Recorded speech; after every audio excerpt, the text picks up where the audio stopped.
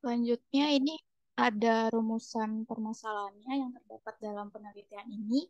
Yang pertama ada faktor-faktor apa yang berpotensi mencerminkan loyalitas pelanggan jika data perilaku tidak tersedia. Yang kedua, apa dampak masing-masing faktor terhadap loyalitas pelanggan dan bagaimana dampak tersebut digabungkan menjadi satu ukuran loyalitas. Lalu yang terakhir, apakah pendekatan yang diusulkan mengungkapkan loyalitas pelanggan di perusahaan jasa? Jika iya, apa implikasinya bagi manajer dan akademisi yang tertarik untuk membangun loyalitas? Selanjutnya akan dijelaskan oleh rekan saya. Oke, jadi dari rumusan masalah tersebut bisa diringkas tujuan dari penelitian ini adalah sebagai berikut. Yang pertama itu yaitu mengidentifikasi alternatif metode dalam menganalisis dan memahami loyalitas pelanggan ketika data perilaku tidak tersedia. Yang kedua itu ada mengkaji dampak faktor-faktor terhadap loyalitas pelanggan dan menggabungkan menjadi ukuran loyalitas yang komprehensif untuk memahami kontribusi setiap faktor secara keseluruhan. Dan yang terakhir, itu mengevaluasi apakah pendekatan yang diusulkan dapat mengungkapkan loyalitas pelanggan dalam bisnis jasa dan menilai implikasinya bagi manajer dan akademisi yang tertarik untuk meningkatkan strategi loyalitas pelanggan di sektor ini. Selanjutnya akan dilanjutkan oleh rekan saya. Oke, baik. Di sini saya akan menjelaskan mengenai kenapa teoritik mengenai loyalitas pelanggan itu sendiri, di mana telah diteliti sejak 1930-an dan melibatkan sikap positif pelanggan terhadap layanan suatu organisasi ataupun company yang mempengaruhi loyalitas itu meliputi aspek psikologis, pelanggan, kebijakan penyediaan layanan, dan faktor lingkungan. Lalu adanya evaluasi loyalitas memerlukan pengukuran faktor-faktor ini dengan menggunakan skala dan indeks serta mempertimbangkan kompetensi interaksi lainnya. Yang pertama itu ada cluster factor Mars, yaitu yaitu sekelompok faktor pelanggan mencakup usia, jenis kelamin, pendapatan, status sosial ekonomi, dan switching cost ataupun biaya peralihan. Di mana dikatakan oleh L. Salgado and Silva Staffa, pelanggan lebih tua itu cenderung lebih setia. Kenapa? Karena pelanggan yang lebih tua, mereka tuh memiliki kepercayaan telah dibangun. Sedangkan generasi muda cenderung mencoba hal baru karena keterbukaan dan rasa keinginan mereka. Dan hal tersebutlah diperkuat dengan perkataan Anderson and Sack yang mengatakan bahwa anak muda itu lebih mudah terpengaruh dan diambil oleh kompetitor itu sendiri. Lalu juga ada perkataan dari Hopkins satu Twembo kedua Farley and Bass et al. Juga mengatakan bahwasanya gender mempengaruhi di mana wanita itu cenderung memiliki hubungan yang interpersonal yang kuat, lebih puas dalam berbelanja dan lebih percaya pada informasi yang mereka terima saat berbelanja. Yang hal itu membuat mereka tuh lebih loyal daripada pria. Lalu pendapatan, di mana pendapatan ini memainkan peran penting, di mana ia itu juga menentukan segmentasi pasar mereka. Pelanggan dengan pendapatan yang lebih rendah cenderung lebih setia. Kenapa? Karena mereka tuh memiliki keterbatasan pilihannya. Sementara pelanggan yang pendapatannya lebih tinggi, mereka tuh mencari opsi terbaik dan mereka tuh nggak ada limit batasan untuk pilihan dari memakai layanan ataupun produk dari company lain, sehingga mereka tuh memilih banyak opsi dan memiliki kebutuhan mereka masing-masing. Lalu status sosial, di mana status sosial itu diatur terdapat dua asas. Yang pertama itu ada material dan juga tingkat pendidikan. Di mana tingkat pendidikan itu mempengaruhi dengan pelanggan yang lebih teredukasi, mereka cenderung memiliki variasi-variasi dalam membuat keputusan dan juga lebih matang untuk membuat sebuah keputusan itu sendiri. Nah, hal tersebutlah yang membuat mereka itu lebih mudah berganti kompetitor ataupun company lainnya, sehingga mereka tidak terlalu lebih loyal gitu kan. Lalu ada switching cost ataupun biaya peralihan, di mana biaya peralihan itu dirasakan ketika kita memutuskan untuk berpindah dari suatu penyedia layanan ke penyedia lain. Kemampuan penyedia layanan dalam menciptakan biaya peralihan antara layanan sangat mempengaruhi sejauh mana pelanggan terhadap setia kepada layanan mereka. Jika biaya peralihan tetap relatif tinggi, cenderung pelanggan itu tidak mencari layanan lain ataupun tidak berpindah ke kompetitor lain karena mereka berpikir akan merasa rugi jika mereka menggunakan ataupun beralih ke kompetitor lainnya.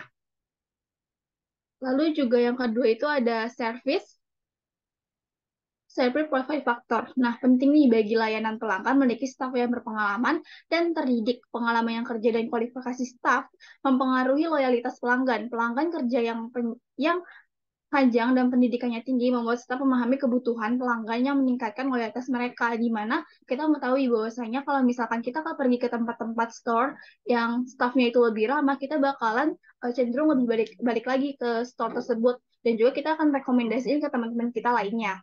Lalu juga menurut Morgan and Rego, anggaran pemasaran juga penting.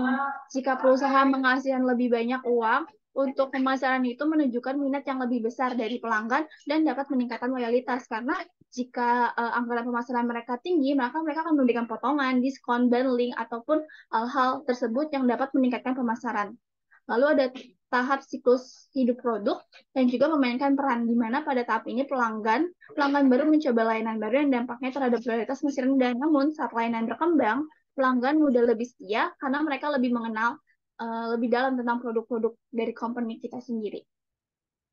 Lalu Christopher juga mengatakan bahwa budaya layanan pelanggan mencakup aspek-aspek penting dalam pemasaran seperti pengiriman, keakuratan pesanan dan serta penagihan dan pengembalian. Pelayanan yang lebih baik ditandai dengan sambutan ramah, terus juga staf yang membantu dan juga pengetahuan tentang layanan dan pengaturan waktu yang efisien. Organisasi dan budaya layanan yang lebih baik cenderung lebih fokus kepada pelanggan dan akhirnya meningkatkan kualitas pelanggan mereka. Lalu juga yang ketiga yaitu adanya faktor lingkungan, di mana faktor lingkungan itu memberikan daya saing, kesejahteraan ekonomi, dan dukungan sosial, di mana daya saing bisnis dapat diukur dari seberapa baik mereka menjual produk atau layanan dibandingkan dengan kompetitor lainnya. Semakin besar pangsa pasar suatu organisasi, semakin kuat loyalitas pelanggan mereka. Nah, situasi ekonomi juga berpengaruh di suatu negara, dapat dilihat dari pendapatan per kapita mereka. Bandingkan nilai ini dengan pendapatan per kapita di suatu wilayah. Nilai kondisi ekonomi penyediaan layanan, pertumbuhan ekonomi yang tinggi dapat melemahkan loyalitas pelanggan karena mereka konsumerisme yang meningkat. Loyalitas pelanggan juga tergantung pada dukungan sosial di negara tersebut. Dukungan sosial dinilai dari rata-rata dukungan yang diterima pelanggan dari penyediaan layanan dibandingkan dengan pendapatan rata-rata pelanggan. Dan selanjutnya akan dijelaskan oleh teman saya mengenai mode konseptual dari resume ini. Baik, selanjutnya ada beberapa konseptual. Setelah dijelaskan oleh teman saya sebelumnya, customer loyalty characteristic. Customer loyalty itu dipengaruhi oleh tiga faktor. Yang pertama itu ada customer factor yang terbagi menjadi 5. Yang pertama ada age, gender, income, socio-economic status, dan switching cost. Yang kedua itu ada faktor service provider. Terbagi menjadi quality, price, working hours, service life cycle, service culture, reputation, location, marketing, assortment, innovation, payment option, supporting service, person qualification, service personalization, dan service provider environment. Dan yang terakhir itu ada environment factor yang terbagi menjadi 3. Yang pertama itu ada competitive. Yang kedua ada economic well-being, dan yang terakhir itu ada social support. Baik, selanjutnya akan dijelaskan oleh saya. Selanjutnya ada sampel dan metode penelitian. Jadi terdapat 2 tabel pada bahan dan metode. Tabel 5 berisi karakteristik perusahaan yang diteliti dan tabel 6 berisi sumber data. Pada tabel 5, kedua perusahaan tersebut merupakan unit usaha kecil yang beroperasi di kota. Manajemen kedua perusahaan menyediakan data spesifik dari database program loyalitas dan laporan keuangan perusahaan. Dokumen-dokumen yang diperlukan pada penelitian ini yaitu rencana pembersihan, catatan suhu, denah ruangan, standar pemberian layanan, hasil penelitian pembelajaran rahasia, CV karyawan, dan lain-lain. Dan metode yang digunakan pada penelitian ini adalah metode analisis dokumen dengan bantuan pengumpulan data yang kemudian dianalisis. Sampel yang digunakan pada penelitian ini adalah pelanggan perusahaan catering Xiaoliai dan pelanggan perusahaan catering Lituania. Selanjutnya akan dilanjutkan oleh rekan saya. Selanjutnya ada hasil temuan penelitian. Loyalitas pelanggan terhadap perusahaan catering dan studio kecantikan dipengaruhi oleh evaluasi pelanggan, penyedia layanan, faktor lingkungan dengan dampak yang bervariasi dari Y-1 hingga 1. Berdasarkan asumsi teoritis dan skala yang telah diidentifikasi, nilai loyalitas pelanggan dalam perusahaan catering terkait dengan faktor-faktor seperti kualitas, reputasi, budaya layanan, dan biaya peralihan. Dampak paling positif pada loyalitas pelanggan adalah kualitas, reputasi, dan budaya layanan, sementara biaya peralihan memiliki dampak negatif yang signifikan. Pengaruh keseluruhan faktor-faktor terhadap loyalitas adalah sedang dengan nilai sekitar 0,49 menunjukkan bahwa loyalitas pelanggan berada pada tingkat menengah. Pengaruh faktor lingkungan dan pelanggan lebih lemah masing-masing sekitar 0,33 dan 0,12. Dengan demikian, perspektif lingkungan loyalitas pelanggan juga berada pada tingkat menengah. Sementara faktor kelompok pelanggan menunjukkan tingkat ketidaksetiaan terhadap perusahaan catering. Dalam konteks studi kecantikan, faktor-faktor seperti personalisasi layanan, harga, kualitas, dan daya tarik lingkungan hidup, dan reputasi semuanya memiliki dampak positif yang signifikan pada loyalitas pelanggan dengan efek keseluruhan mencapai 0,64. Saat mempertimbangkan kelompok faktor-faktor tersebut, faktor lingkungan memiliki pengaruh terkuat pada loyalitas pelanggan dengan nilai 0,83, menunjukkan fase loyalitas mutlak. Pengaruh faktor penyedia layanan dan pelanggan terhadap loyalitas nampaknya lebih lemah masing-masing sekitar 0,61 dan 0,53. Dengan demikian, dari perspektif faktor-faktor ini, loyalitas pelanggan terhadap studi kecantikan berada pada tahap loyalitas bersyarat. Berdasarkan hasil temuan penelitian tersebut, dapat dijelaskan bagaimana perceived value dan satisfaction mempengaruhi loyalitas pelanggan dalam konteks pasar catering dan studio kecantikan.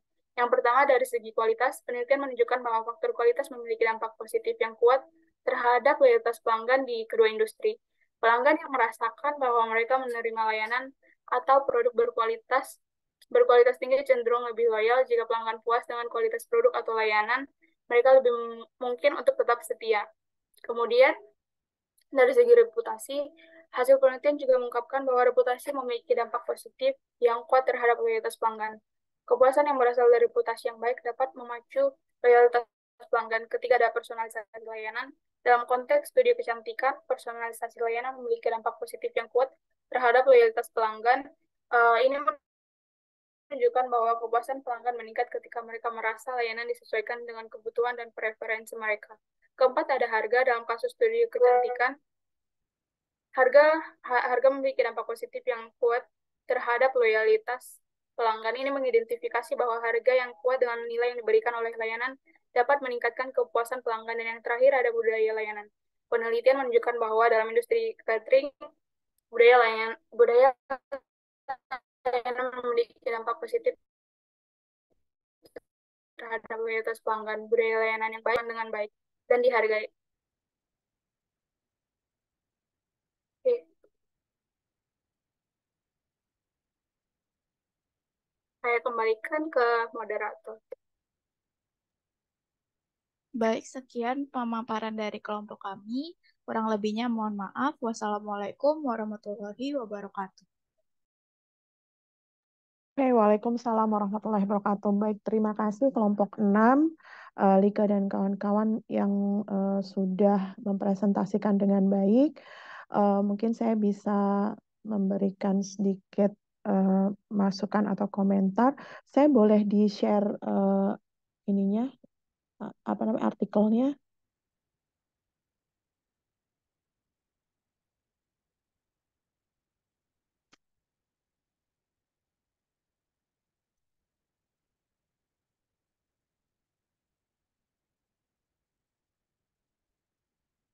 Oke, di-share dulu artikelnya.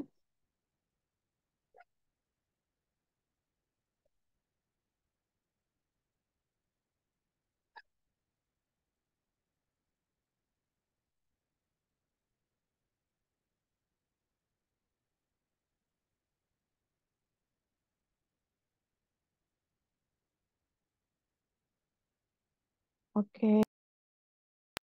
Oke, service customer loyalty and evaluation based on loyalty factors. Oke, saya boleh diturunin lagi? Oke, lanjut, turun, stop. Itu apa ya? What factors? Oke, research question ya. Dia tentang faktor apa saja yang potensial menggambarkan customer loyalty in cases when behavioral data are unavailable. What impact that each factor have on customer loyalty? How might this impact merge into one? Oke, nomor 3, apakah purpose approach reveal loyalty? Oke, implication managerial ya. Oke, lanjut. Theoretical background-nya ada faktor yang menentukan customer loyalty. Lanjut. Oke, ini tadi modelnya.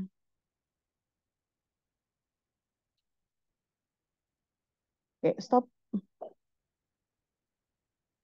Oke, jadi customer factors itu berarti loyalitas itu dipengaruhi oleh tingkat usianya, gendernya, pendapatannya, kemudian sosioekonomik statusnya, kemudian ada switching cost, kemudian eh, jadi switching cost ini adalah pengorbanan yang dilakukan oleh konsumen kalau dia ingin beralih layanan. Karena kan kita sedang bicara tentang customer loyalty factors gitu ya. Jadi semakin dia merasa bahwa untuk berpindah layanan itu berat, ribet, susah, effortnya banyak, maka switching cost-nya rendah. Semakin rendah kalau switching cost-nya eh, biaya beralihnya tinggi gitu ya, semakin ribet semakin ini gitu ya, maka kemungkinannya loyalitasnya dia besar gitu ya. Kemudian service provider factors ini ada quality tadi terkait sama service quality dari penyedia layanan gitu ya. Kemudian ada price, working hours-nya. Working hours di sini adalah working hours layanan ya. Jadi jamnya buka jam berapa, semakin dia jam bukanya, working hours-nya semakin misalkan weekend juga buka, maka semakin orang akan loyal. Kayak gitu, semakin dia dikit working hours-nya, semakin orang, oh kalau dia tutup berarti dia akan pindah layanan. Kayak gitu ya. Kemudian ada service culture-nya, jadi budaya organisasi yang ada di perusahaan itu ketika budaya organisasinya sesuai dengan misalkan apa ya perspektif dari pelanggan, maka pelanggan juga cenderung loyal dengan perusahaan tersebut. Kemudian reputasi perusahaan, lokasi perusahaan itu strategis atau tidak, toko itu strategis atau tidak, gitu ya. Itu juga mempengaruhi loyalitas dari pelanggan. Kemudian upaya marketingnya, gitu. Kemudian assortment-nya, bagaimana dia eh, apa ya menyusun produk-produknya, gitu. Itu juga mempengaruhi. Kemudian innovativeness, gitu ya, kemampuan suatu toko atau perusahaan itu berinovasi. Kemudian ada payment option-nya, semakin ngasih opsi yang banyak, orang bisa bayar tunai, bisa pakai misalkan apa kris, bisa pakai misalkan gesek kartu kredit, kartu debit gitu ya, bisa pasang installment untuk pembelian yang misal agak mahal-mahal gitu ya, bisa nyicil ibaratnya.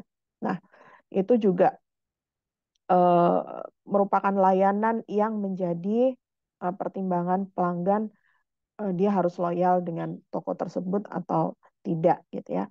Kemudian ada supporting services gitu ya. Jadi kalau misalkan habis beli, ada nggak supporting servicesnya? Misalkan kita bisa service spare part-nya, ngejual spare part-nya juga, misalkan kayak gitu ya. Jadi ada misalkan supporting services kayak layanan pengantaran, layanan untuk misalkan beli perabot terus bisa dipasangin perabotnya gitu ya. Nah, kayak gitu itu adalah supporting services. Kemudian ada personal qualification, jadi petugasnya, staffnya itu ramah, tanggap gitu ya. Itu adalah personal qualification. Service personalization artinya dia bisa memberikan layanan personal gitu ya sesuai dengan keinginan dan kebutuhan dari pelanggannya gitu. Kemudian ada service provider environment-nya. Jadi lingkungan dari tokonya, perusahaannya itu nyaman gitu ya, environment-nya nyaman, tempat parkirnya ada, misalkan kayak gitu ya, ruang tunggunya nyaman, kayak gitu. Itu adalah service provider environment. Kemudian ada environment factors di sini termasuk competitiveness. Ada daya saing gitu ya, bahwa perusahaan atau toko tersebut mampu berdaya saing dengan kompetitornya atau dia sebagai market leader-nya misalkan kayak gitu ya. Jadi dia unggul di dalam industrinya. Maka cenderungannya adalah customer akan loyal kepada perusahaan-perusahaan yang punya daya saing tinggi gitu. Karena kan biasanya kayak kita aja, misalkan mau datang ke restoran, ngelihat parkirannya penuh nih, atau pelanggannya banyak nih, kita pasti lebih percaya gitu ya. ketika dia mampu berdaya saing dengan kompetitornya, kita ngerasa bahwa perusahaan atau toko atau restoran itu wah lebih trustable nih gitu. Sama kayak kita ngelihat ketika misalkan toko online followernya banyak, kemudian ulasan online-nya baik, ratingnya baik, itu kan menunjukkan competitiveness ya. Kemudian ada economic well-being. Economic well-being itu kesejahteraan si konsumen itu juga berpengaruh terhadap tingkat loyalitasnya dia. Kemudian ada social support juga gitu ya. Jadi ada dukungan sosial. Jadi kayak tadi misalkan keluarga banyak yang pakai, temen banyak yang pakai gitu ya. Banyak yang jadi pelanggan, itu adalah social support gitu ya. Atau ulasannya bagus-bagus nih gitu. Didukung komunitas misalkan. Nah, itu adalah social support. Jadi ini adalah paper ini atau artikel ini itu menggambarkan beberapa hal yang mendorong loyalitas pelanggan. Jadi kalau misalkan perusahaan mau membangun strategi untuk meningkatkan loyalitas pelanggan, banyak hal yang harus disentuh gitu ya. Baik dari sisi customer factors, ini terkait dengan bagaimana strateginya dia membangun segmen pasarnya. Dan segmen pasarnya ini untuk age yang mana nih? Untuk gender yang mana? Untuk income yang kayak gimana? Untuk sosioeconomic status yang kayak gimana? Gitu ya. Nah, itu adalah pentingnya kita membangun segmen pasar. Karena nantinya service provider dan environment factors itu akan mengikuti customer factors-nya. Gitu. Silakan diturunin.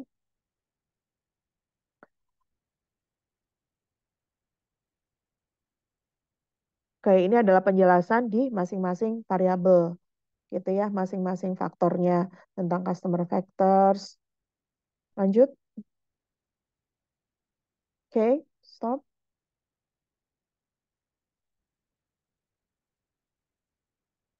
Oke, ini pada layanan the impact on customer loyalty in different age group by type of services. Gitu. Jadi ada beberapa jenis layanan dan tentunya setiap layanan itu punya impact masing-masing ke customer factors gitu ya. Jadi kalau misalkan kita ngomongin tentang passenger transport, car servicing, graphic design, computer games, sampai physical education, itu impact-nya lebih ke younger customer gitu ya.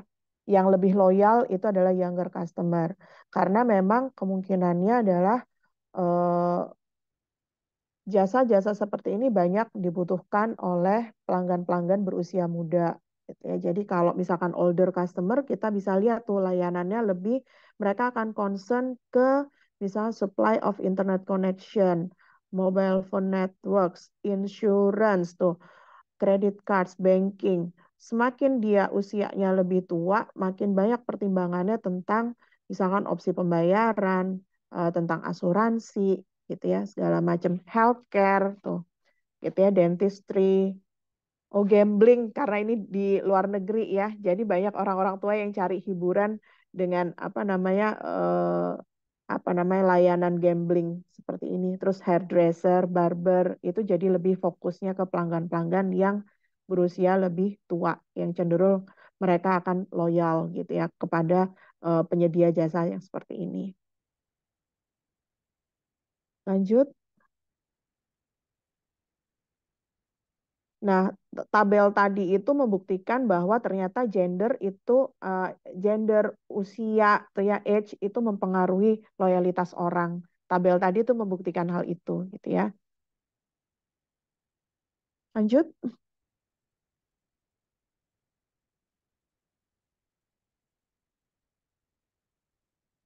Oke, tentang service provider factors.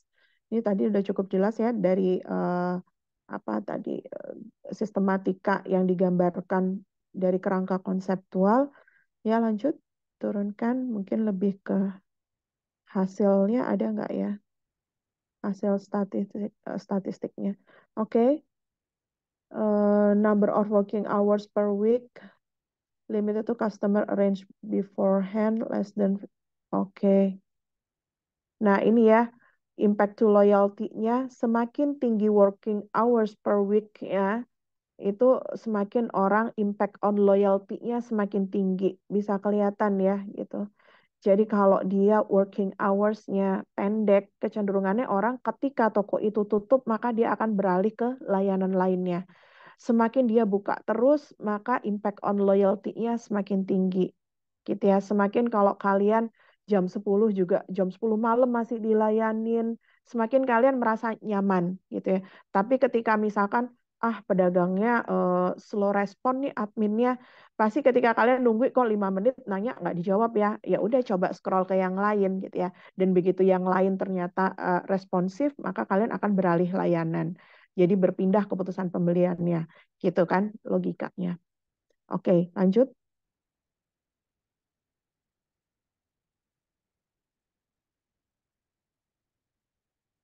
Nah, kemudian tabel berikutnya adalah elemen and feature of service delivery environment. Gitu ya, jadi ada cleanliness and tidiness, gitu ada temperatur, interior, ventilation. Itu adalah bagian-bagian yang menjadi pertimbangan customer untuk loyal gitu ya. Jadi di sini service delivery environment ini bukan layanan pengantaran, tapi lebih ke service environment.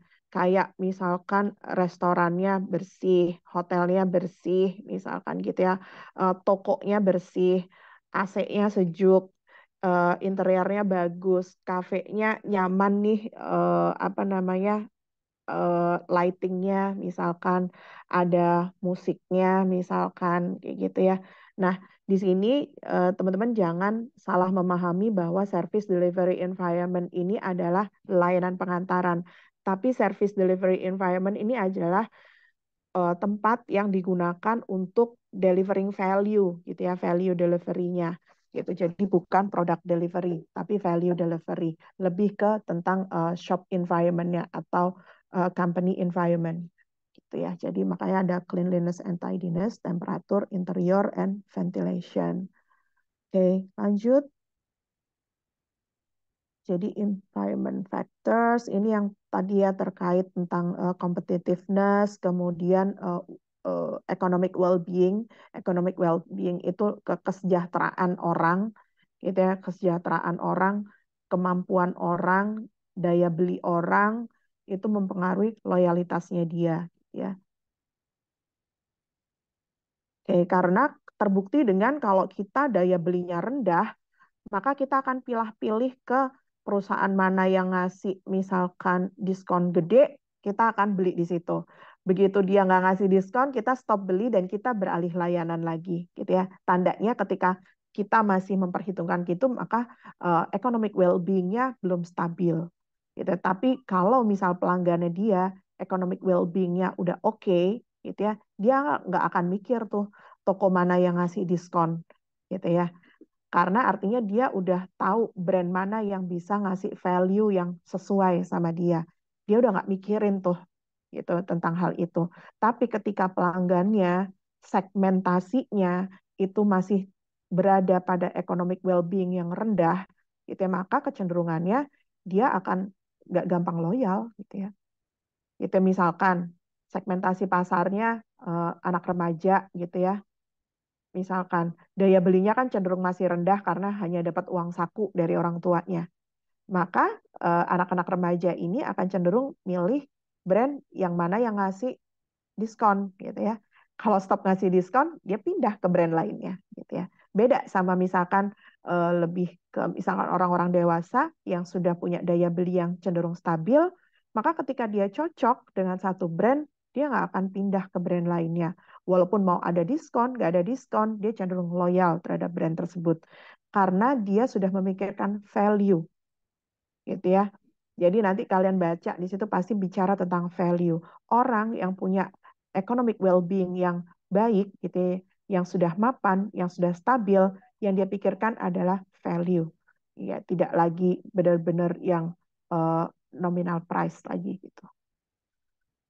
Oke, lanjut. Oke, ini tadi ukuran leveling untuk loyalty dari disloyalty, intermediate, conditional, sampai absolute loyalty.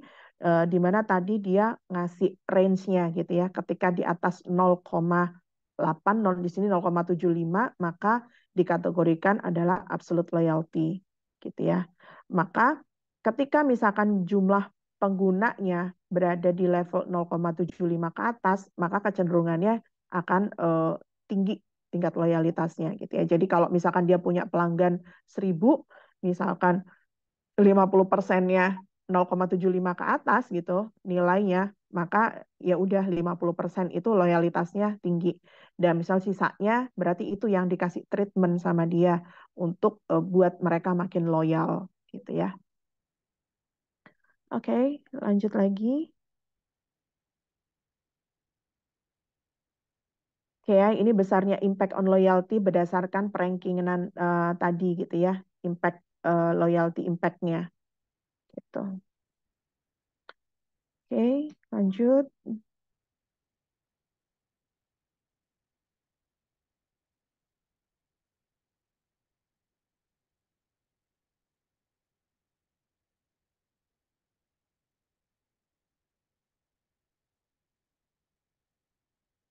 Oke, saya rasa udah ya, cukup mungkin review saya terkait artikel ini sudah cukup baik teman-teman menceritakan. Mungkin tadi di antara banyak hal yang dilaporkan bisa diambil yang highlight gitu ya, yang paling paling oke untuk apa namanya disampaikan gitu, namanya temuan itu nggak bisa semuanya diobrolin gitu ya, tapi apa yang paling penting dari ini gitu ya, dari semua variabel yang ada, faktor yang ada, mana yang paling menjadi perhatian gitu ya, dan perlu disampaikan untuk menjadi implikasi manajerial sehingga juga jadi perhatiannya company gitu ya, di antara banyak tadi faktor gitu ya. Ini ada customer service provider and environmental, kan masing-masing tadi punya dimensi atau punya indikator gitu ya. Nah, di antara semuanya itu mana sih yang paling harus diperhatiin? Nah, itu adalah PR teman-teman untuk bisa menyimpulkan temuan dari penelitian ini. Oke, terima kasih kelompok 6 atas presentasinya gitu ya. Apakah kelompok 5 mau lanjut mempresentasikan atau mau kelompok 7 dulu? Gimana kelompok 5? Kelompok 5. Kelompok 5, Bu. Boleh. Oke, silakan Zikri dan kawan-kawan dipersiapkan.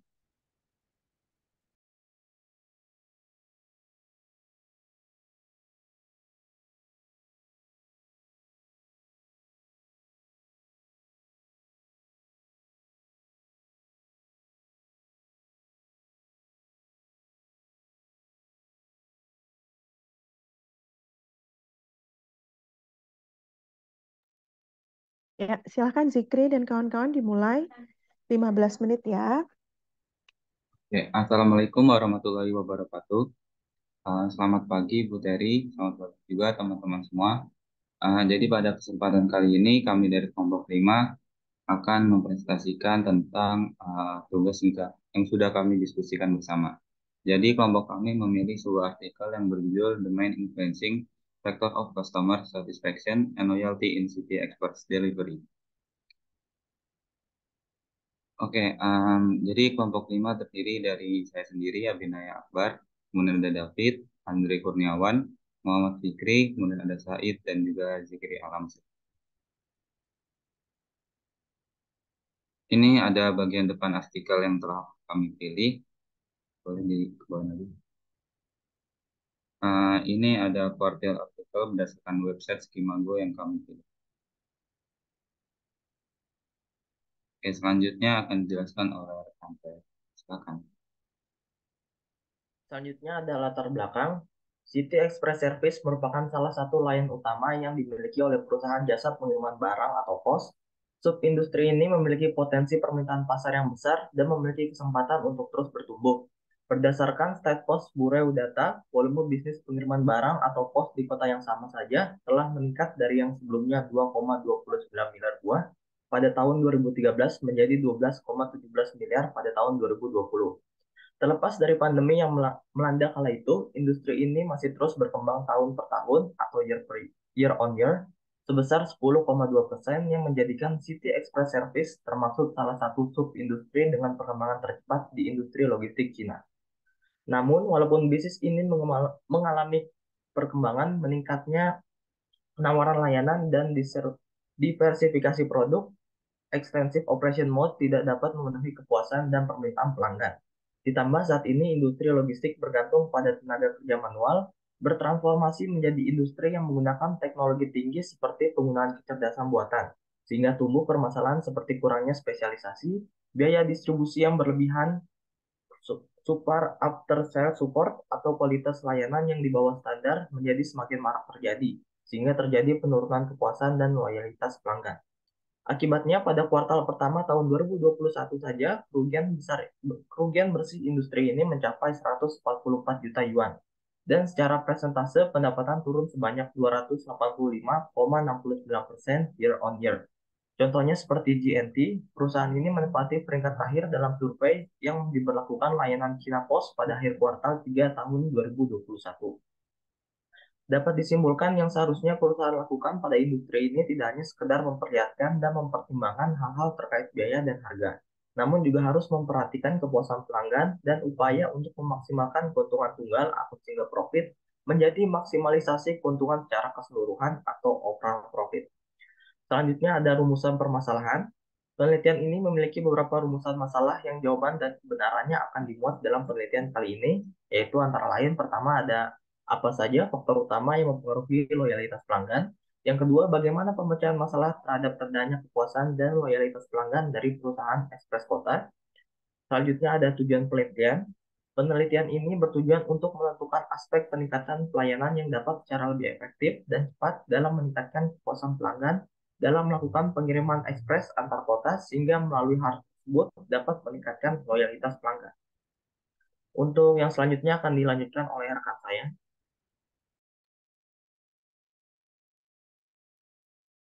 Ya, selanjutnya ada kerangka teoritik.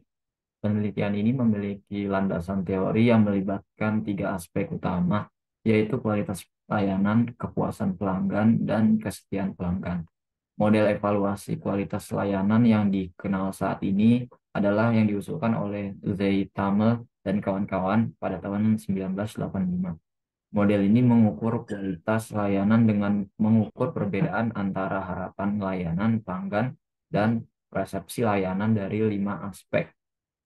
Yang pertama ada kendala, kedua daya tanggap, ketiga keamanan, 4 empati, dan kelima nyata.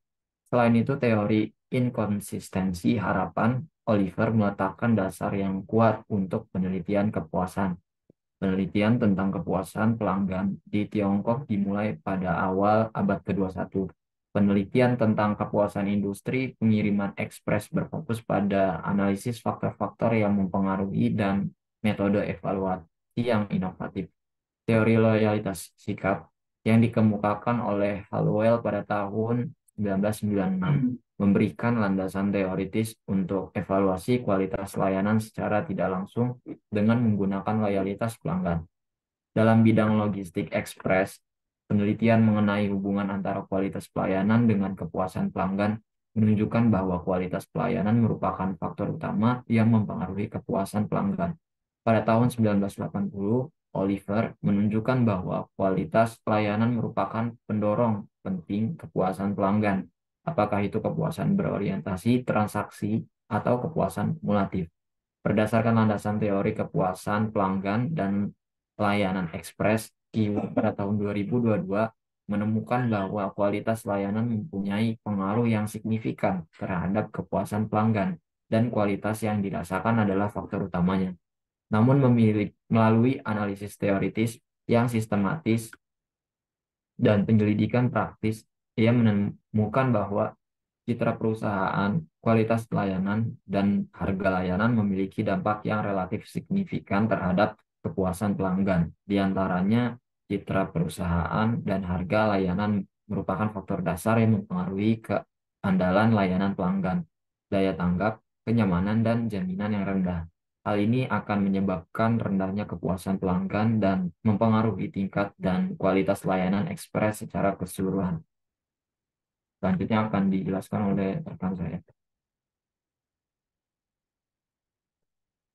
Selanjutnya ada model konseptual. Di sini dapat dilihat ada 5 faktor yang mempengaruhi expected quality of service, yang kemudian dapat mempengaruhi customer satisfaction dan customer loyalty.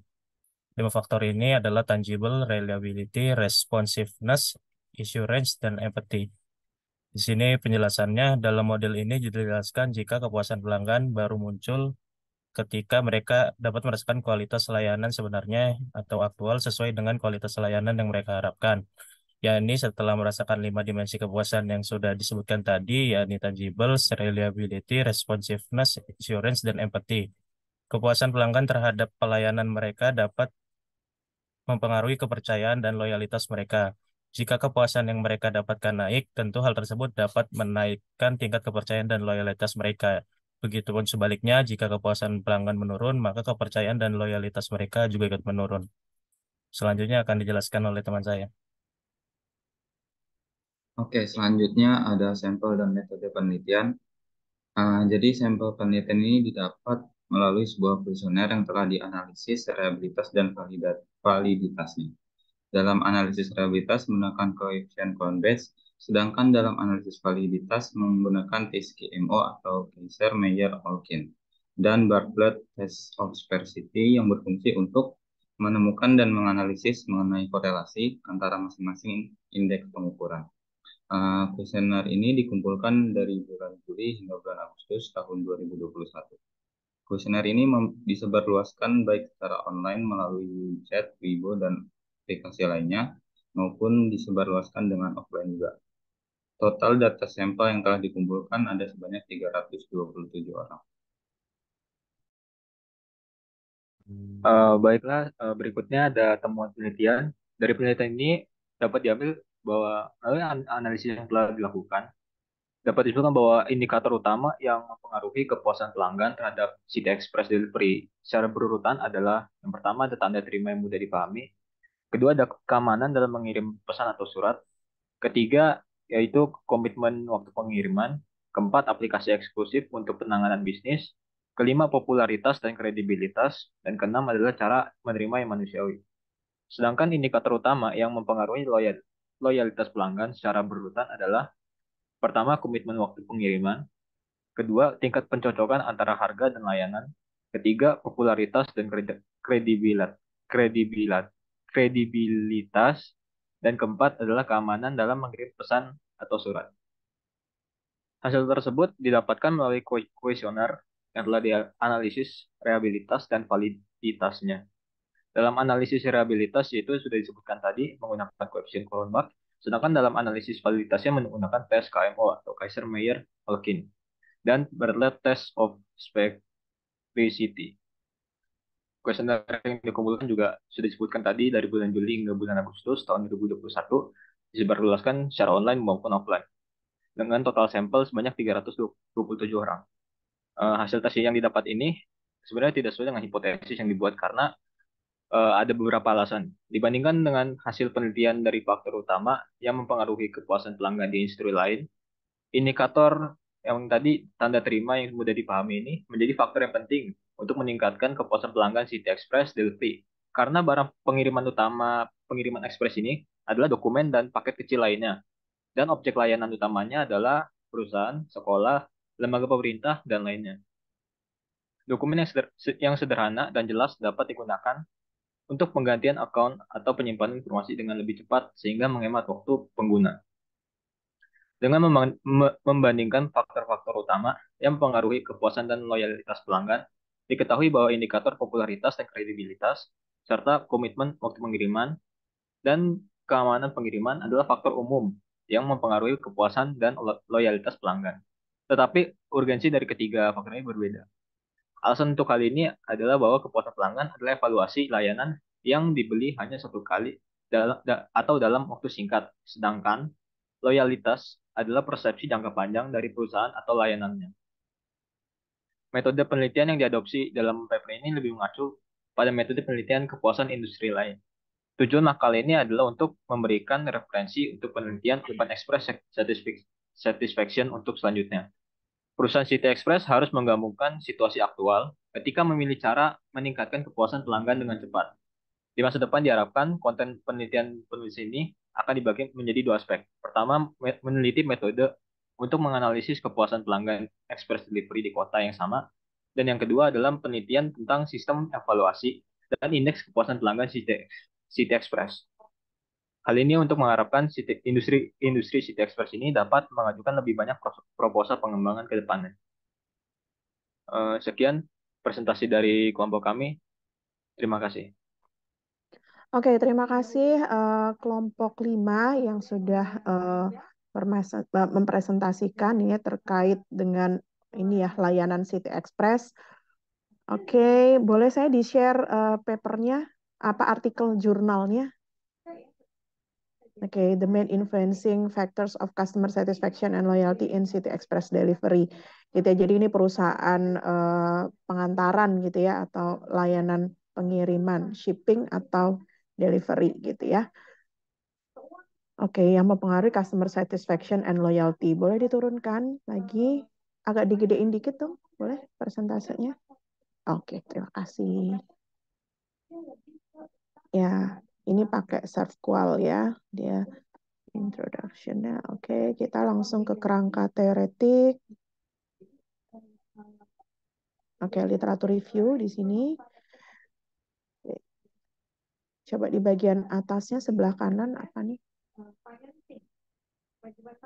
Oke.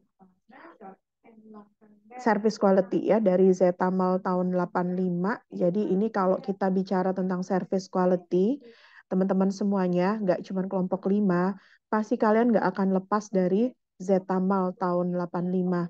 Kemudian diturunkan oleh Parasuraman. Gitu ya. Karena Zetamal dan Parasuraman itu mereka menelitinya selalu tentang service quality. Dan teori yang mereka sampaikan itu menjadi acuan atau menjadi dasar, landasan untuk pengembangan teori tentang service quality. Gitu ya. Walaupun ini tahun 85, itu ya, kemudian nanti ada lagi penelitian Zetamal tahun 88, terus nanti Parasuraman lanjutin lagi sampai tahun 2005, itu Parasuraman mengembangkan tentang e-service quality, gitu ya, electronic service quality, sampai yang sekarang kita, jadi di sana dulu dari tahun 2005 udah dibahas tuh tentang bagaimana layanan online gitu. Jadi itu sampai jadi landasan kita sekarang kalau belanja online terus ngukur service quality itu masih pakai Parasuraman tahun 2005. Itu temennya Zetamal sama-sama tuh.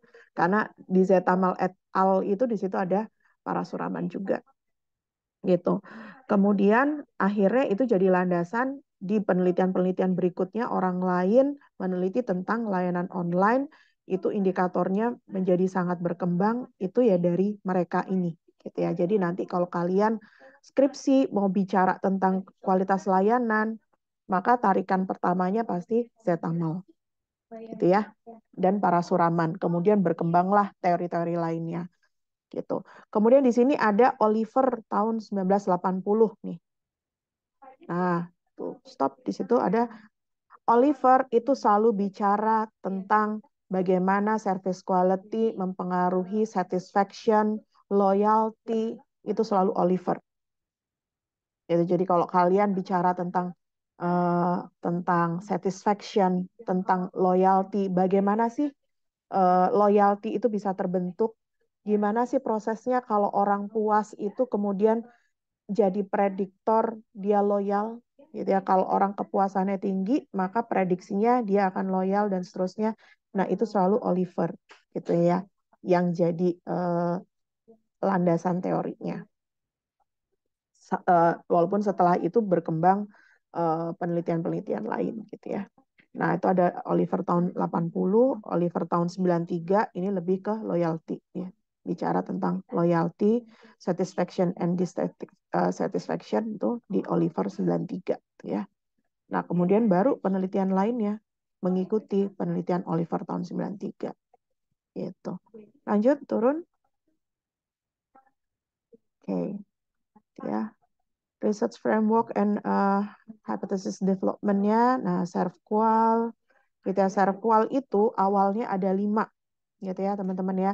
Dasar service quality itu terdiri dari 5 dimensi pengukuran, gitu. Ada tangible, ada assurance, ada reliability, ada responsiveness, sama empathy. Itu jadi SERVQUAL ini singkatan dari service quality. Nah, itu yang diambil dari Parasuraman and Zetamel. Gitu, dimensinya itu. Jadi ketika perusahaan punya empati kepada customer-nya, maka itu adalah bagian dari service quality. Ketika dia punya ketanggapan, daya tanggap terhadap misalkan keluhan pelanggan, keluhan konsumen, gitu ya, dia punya ketanggapan, itu adalah bagian dari service quality, gitu ya, responsiveness, empathy, kemudian assurance, ada jaminan, atas layanan, gitu ya, kepastian layanan, itu adalah assurance dimensinya. Kemudian ada reliability, gitu ya, atau keandalan layanan. Jadi layanannya bisa diandalkan gitu ya untuk memenuhi kebutuhan pelanggan, keinginan pelanggan, selera pelanggan. Nah, itu adalah bagian dari reliability. Dan yang penting juga adalah tangible. Tangible itu adalah faktor fisik gitu ya, lingkungan fisik. Tadi kalau saya di kelompok 6 itu bicara tentang physical environment gitu ya. Nah, itu adalah kata lain dari tangible kalau ditinjau dari perspektif si SERVQUAL gitu ya. Nama lainnya adalah tangible. Tangible itu adalah physical evidence gitu ya. Jadi misalkan tempatnya nyaman, gitu ya, parkirannya luas, lokasinya strategis, temperatur atau suhu di dalam ruangannya sejuk, kemudian lightingnya bagus. Nah, itu adalah tangible dan itu adalah dimensi dari SERVQUAL juga. Gitu. Gitu ya. Kemudian itu dijadikan landasan untuk membangun hipotesis gitu ya. Jadi teman-teman bisa ngelihat di sini H1-nya karena kita bicara tentang delivery service dari perusahaan tadi gitu ya. Maka di sini timeliness and security factors under the reliability dimension gitu ya. Nah, dimension reliability kan gitu ya, keandalan. Dia bicara tentang timeliness, ketepatan waktu pengantaran, keamanan. Itu adalah bagian dari indikatornya reliability, dari dimensi reliability gitu ya, yang bisa menentukan tingkat kepuasan seseorang menggunakan layanan delivery dari City Express, gitu kan? Nah, kemudian H2-nya diturunin lagi. Di sini adalah the expected service quality of City Express is negatively correlated with customer loyalty, gitu ya. Oke, nah ini adalah framework-nya, gitu ya. Diturunkan sedikit gambar konseptual framework-nya. Nah, ini yang tadi saya bilang gitu ya tentang SERVQUAL. Ada 5 dimensi: tangible, reliability, responsiveness, assurance, and empathy.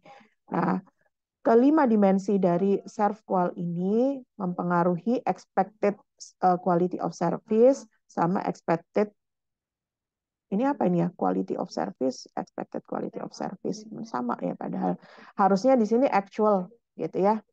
Jadi mungkin nanti dicek lagi gitu ya. Jadi ini sebenarnya bicara tentang perceived service quality gitu ya. Perceived service quality itu adalah perbandingan antara kualitas layanan yang diekspektasikan, yang diharapkan, sama kualitas layanan yang sesungguhnya gitu ya. Nah, itu adalah mempengaruhi customer satisfaction, sehingga customer satisfaction itu jadi prediktor dari customer loyalty. Nanti dicek lagi yang di tengah sini. Mungkin gambarnya ini salah gitu ya. Karena kalau cek lagi tentang definisi satisfaction gitu ya. Jadi puasan, rasa puas atau tidak puas itu adalah perbandingan antara ekspektasi dan actual performance gitu ya. Ketika kita misalkan kalian beli layanan atau beli produk kan pasti punya ekspektasi ya. Kalau saya beli kue harganya 10.000, ekspektasi saya harusnya kue harga 10.000 itu rasa enaknya itu ya sekelas 10.000 yang teman-teman udah bayangkan gitu ya. Dan ketika ternyata kue itu dicoba, kemudian rasanya pas 10.000 atau lebih. Wah, ini kuenya kayaknya murah ya 10.000 ya untuk rasa yang kayak gini. Ya. Maka itu adalah sebuah pertanda gitu ya, sebuah sinyal bahwa kalian itu punya kepuasan yang tinggi. Tapi kalau misalkan kalian ngeluarin uang 10.000 untuk beli kue gitu ya, ternyata rasanya ya beli kuenya mahal banget ya, 10.000 nggak taunya rasanya cuma gini doang. Itu adalah sebuah pertanda atau sinyal bahwa kalian nggak puas. Ya. Sehingga rumusnya kepuasan itu adalah ketika besarnya ekspektasi sama dengan actual performance, sama dengan performa atau kinerja layanan atau produk yang sesungguhnya. Jadi apa yang kalian bayangkan itu sama dengan apa yang kalian dapetin. Itu adalah satisfaction, gitu ya. Nah, highly satisfaction ketika ternyata actual performance-nya lebih tinggi dari yang dibayangkan. Gitu ya. Jadi ketika kalian membayar sesuatu, ngebayanginnya sekian, ternyata dapatnya lebih dari itu kan, itu adalah tanda bahwa kalian satisfied gitu ya. Jadi expected quality of services itu sebenarnya mempengaruhi mungkin actual performance of quality services atau perceived quality services gitu ya. Oke, nanti dicek lagi mungkin ini dari papernya salah gitu ya. Oke, lanjut turun. Nah, ini ada ini ya. Research design-nya. Ini kalau kalian lihat, sorry, di stop dulu di bagian kanan agak ke atas dikit ada tabel. Nah, ini penjelasan ya, gitu ya.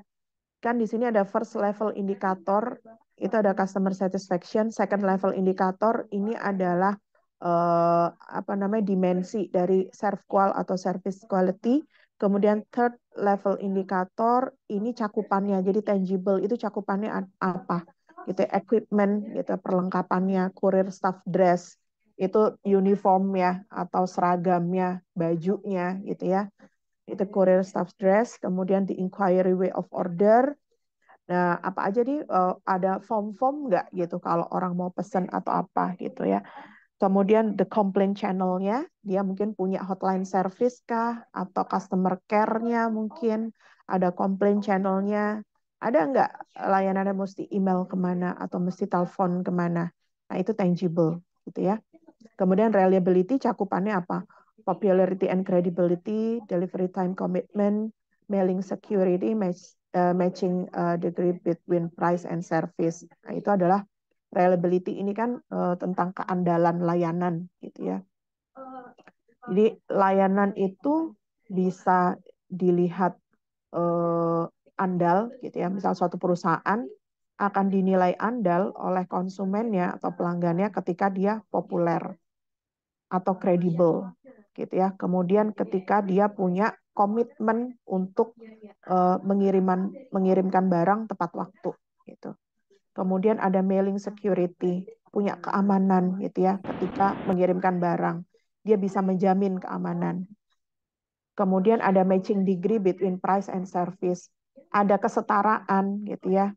Kesetaraan layanan antara harga sama service yang didapat. Itu adalah cakupan dari reliability and so on. Gitu. Nanti bisa teman-teman baca lagi kalau mau menjelaskan atau tahu cakupannya tentang dimensi yang ada di ServQual.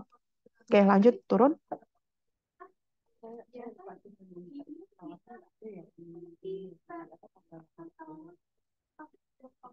Oke, ini ada uji validitas terhadap uji validitas terhadap indikator-indikator dari tadi ya yang service quality, kemudian satisfaction and loyalty. Itu ada uji reliability and validity. Sebenarnya tadi kalian baru jelasinnya tentang KMO gitu ya, baru tentang KMO. KMO sampling suitability quantity and barter test of sphericity gitu ya. Jadi ini baru satu hal. Gitu. Jadi kalau kalian uji reliability and validity itu setidaknya ada KNO, kemudian ada Cronbach alfanya sama biasanya faktor loading gitu ya.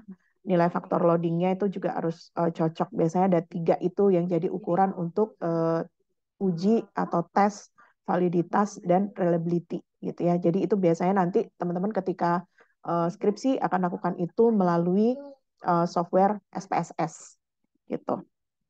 Jadi setiap indikator, setiap pernyataan yang teman-teman susun di kuesioner itu akan diuji.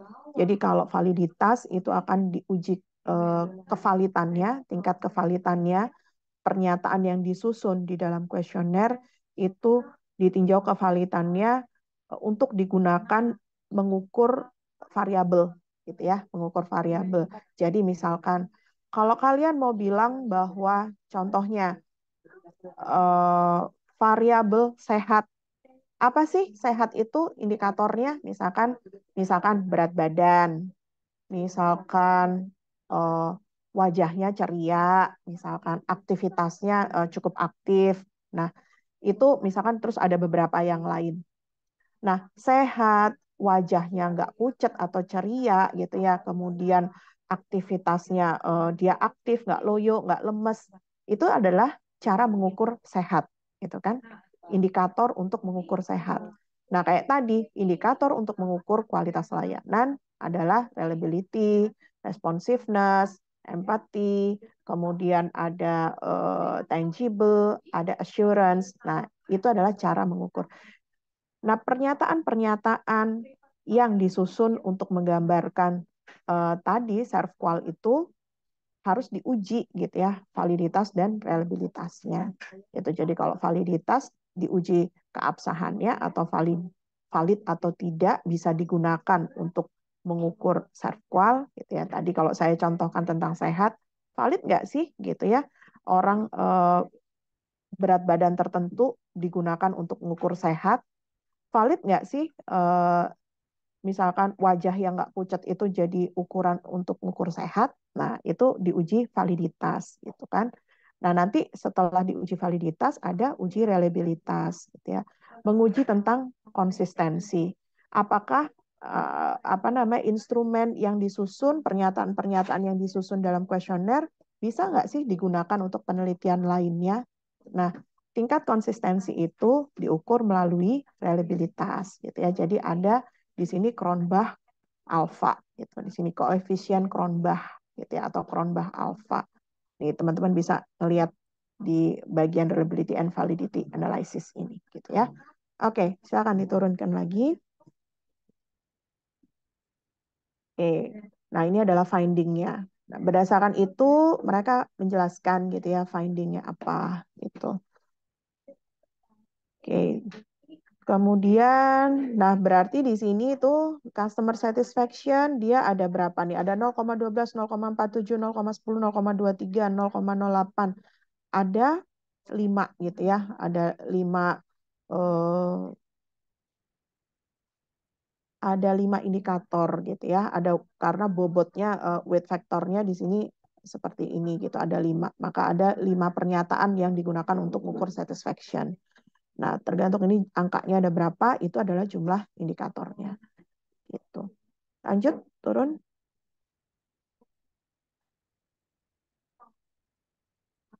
Turun lagi.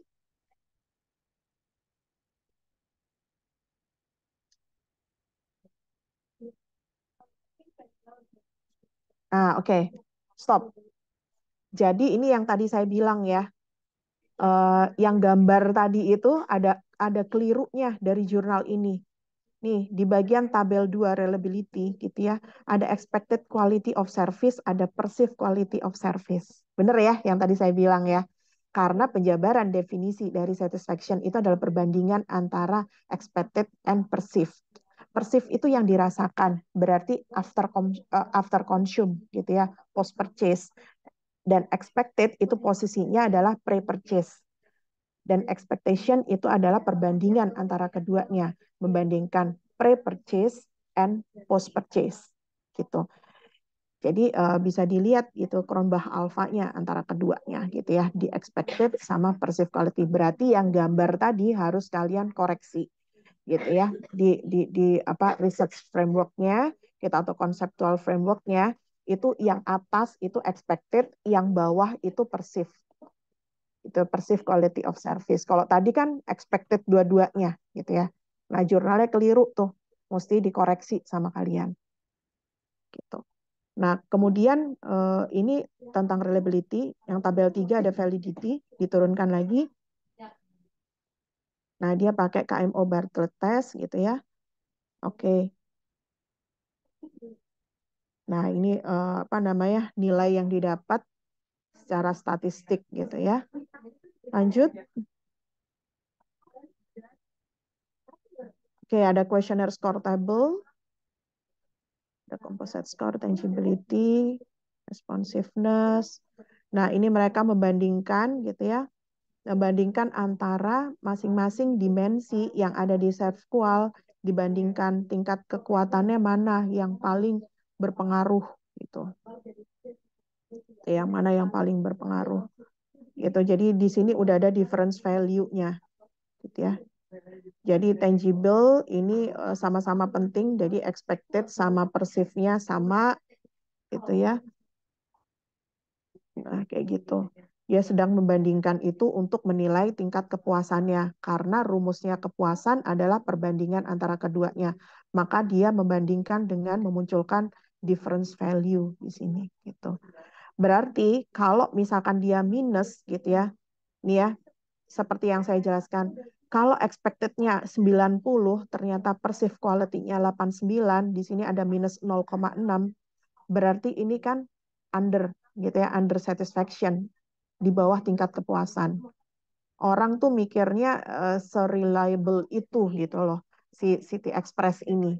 Nggak taunya nggak segitunya gitu. Karena itu minus ya gitu ya. Nah, tapi ternyata beda kayak di responsiveness. Responsiveness ini ekspektasinya 90, perceived quality-nya 91 gitu ya. Artinya dia highly satisfied gitu kan. Jadi dia lebih puas dengan level dari responsiveness-nya. Nah, yang positif-positif ini gitu ya, maka orang tuh sangat puas dengan layanan. Nah, yang minus-minus ini berarti orang tuh nggak puas dengan sisi itu. Gitu. Oke.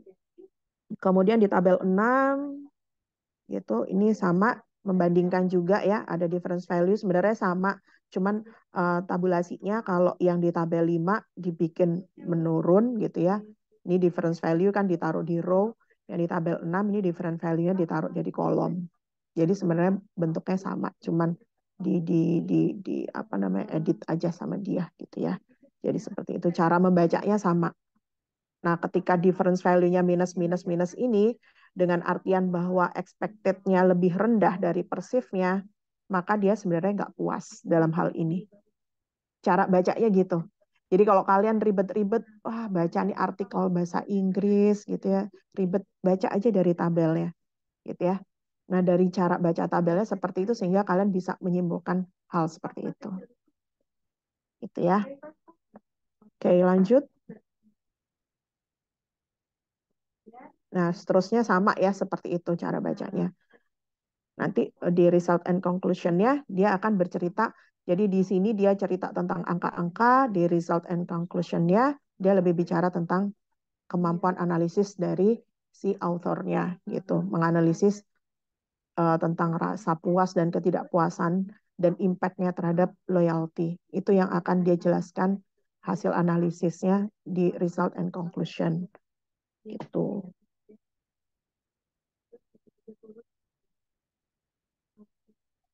Nah, di sini stop dulu. Di sini ada R-square. Nah, ini R-square itu cerita tentang gimana pengaruhnya setiap variabel terhadap satisfaction and loyalty, seberapa besar pengaruhnya itu dia ngomonginnya ada di R-square ini ya gitu.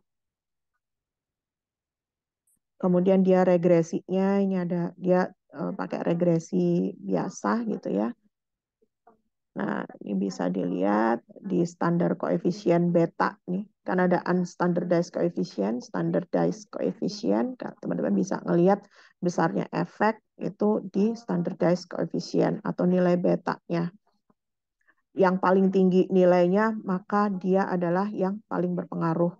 Gitu. Jadi kalau ngomongin tentang service reliability, keandalan layanan, di antara beberapa indikator di sini ada popularity and credibility, delivery time, commitment, mailing security, matching degree, dan seterusnya, gitu ya, matching degree between price and services, gitu ya. Maka menurut pelanggan yang paling penting adalah delivery time commitment, gitu ya. Jadi untuk layanan Express City tadi, layanan shipping and delivery service, ternyata delivery time commitment atau timeliness, ketepatan waktu, itu jadi hal yang paling penting karena nilai betanya 0,339.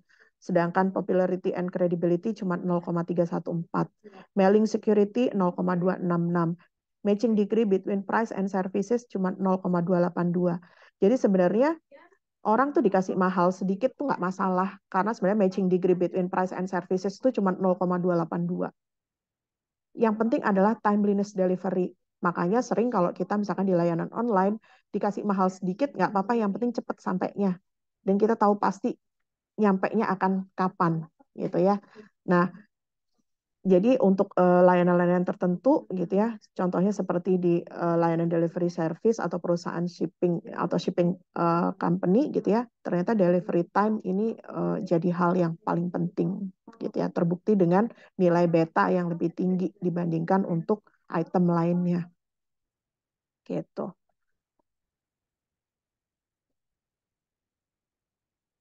Oke, lanjut. Nah, sama seperti itu ya tadi. Nah, kalau ini apa?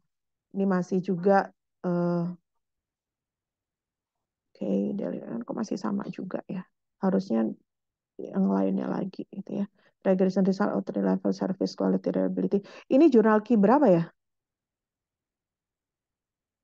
Q2, Bu. Q2 ya. Soalnya kok banyak datanya yang keliru-keliru gitu. Tadi gambarnya juga keliru. Gitu ya. Jadi kalau di sini R square nih, R square itu secara keseluruhan, makanya angkanya cuma 1. Ini teman-teman bisa ngeliat ya, 0,828. Jadi sebenarnya kan setiap reliability punya kelompok pertanyaan sendiri gitu ya. Responsiveness punya kelompok pertanyaan sendiri. Terus assurance, empathy, tangible punya kelompok pertanyaan sendiri. Nanti kita bisa bandingin gitu R square-nya terhadap satisfaction gitu kan. Nah, kalau misalkan sekelompok ini nilainya 0,828, nanti kelompok yang lainnya berapa, nanti kita bisa lihat kalau secara item masing-masing, misalkan kayak tadi di reliability, yang paling penting adalah delivery time commitment-nya gitu ya. Nah, segerombolan tentang reliability ini R square-nya 0,828, nanti bisa dibandingkan dengan dimensi lainnya gitu ya. Terus di antara semua dimensi atau 5 dimensi yang ada, yang mana yang paling penting itu juga bisa. Jadi bisa ngelihat item yang paling penting, bisa ngelihat dimensi yang paling penting. Dari R square-nya sama dari beta-nya ini. Lanjut. Oke, stop tadi di hypothesis testing, atas sedikit. Nah, ini hypothesis testingnya gitu ya. H1-nya dia gitu, timeliness and security factor under the reliability dimension are the most influential factor that affect the ini ya, change degree of satisfaction and city express delivery. Jadi dia membuktikan, memang H1-nya cuma membuktikan antara bahwa timeliness and security factor tuh benar-benar mempengaruhi gitu ya. Nah, tadi di sini resultnya non-support gitu. Karena yang security factor ternyata enggak gitu ya. Tadi cuma timeliness aja yang penting, security factors-nya enggak gitu. Kemudian expected service quality city experience negatively correlated with customer loyalty, ini support. Kemudian perceived service quality, nah correlated ini juga support. Kemudian nah, ini tadi ya, dia melihat bahwa ternyata yang berkorelasi positif terhadap customer loyalty itu lebih ke perceived service quality, gitu kan. Jadi orang tuh maunya taunya adalah tentang actual performance of services or products gitu ya, yang mempengaruhi satisfaction and loyalty, bukan expected gitu. Jadi nilai perceived-nya itu harus lebih tinggi dari ekspektasi, makanya dia support gitu ya.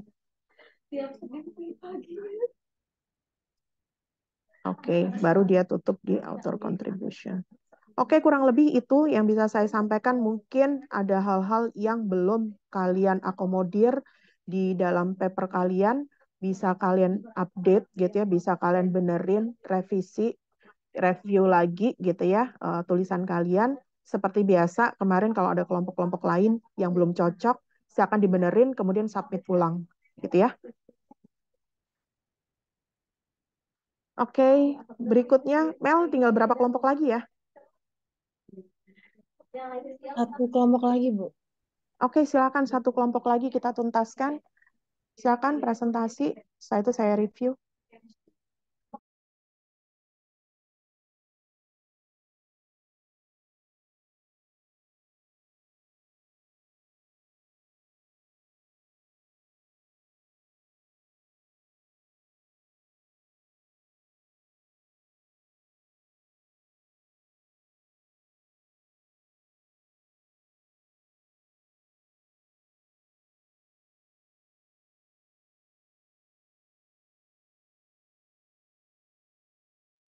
Baik Bu, saya mulai ya Bu.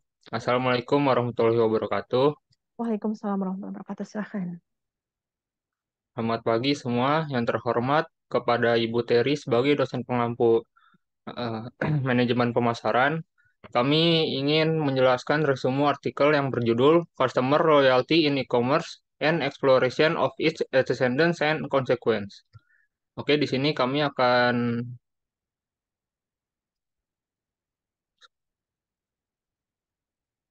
boleh dilanjut.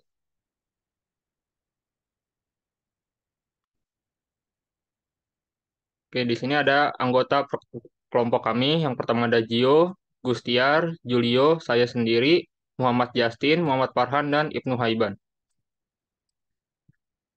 Oke, di sini ada halaman depan dari paper yang telah kami analisa. Boleh dilanjut. Oke, di sini ada indeks Scopusnya juga.